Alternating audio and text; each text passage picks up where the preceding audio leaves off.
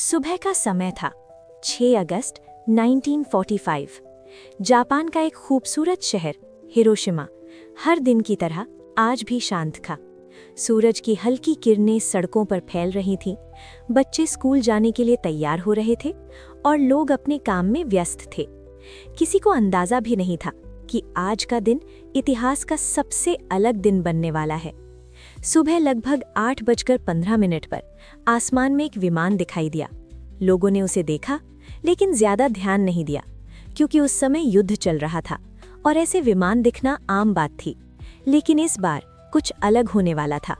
अचानक आसमान में एक तेज चमक हुई, इतनी तेज कि कुछ पल के लिए सब कुछ सफेद हो गया। ऐसा लगा जैसे सूरज जमीन के बहुत करीब आ गया हो। और फिर एक भयंकर धमाका हुआ। ये कोई आम बम नहीं था, ये था एटम बम। कुछ ही सेकंड में पूरा शहर बदल गया। इस बम के पीछे एक वैज्ञानिक प्रक्रिया थी जिसे न्यूक्लियर फिजन कहा जाता है।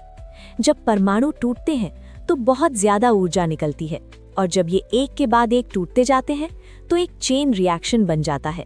यही चेन रिएक्शन कुछ ही पलों में इतनी ताकत पैदा कर देता है जिसे समझना भी मुश्किल है। तेज गर्मी, तेज रोशनी और जबरदस्त हवा का दबाव। चारों तरफ धूल और धुआं फैल गया। आसमान में एक बड़ा सा बादल उठता हुआ दिखाई दिया। लोगों को समझ ही नहीं आया कि ये क्या हुआ। कुछ ही मिनटों में एक हंसता खेलता शहर पूरी तरह बदल गया। इसके कुछ दिन बाद 9 अगस्त 1945 को एक और बम नागासाकी पर गिराया गया। इन दोनों घटनाओं के बाद दुनिया ने पहली बार महसूस किया कि इंसान ने कितनी बड़ी ताकत बना ली है। और फिर द्वितीय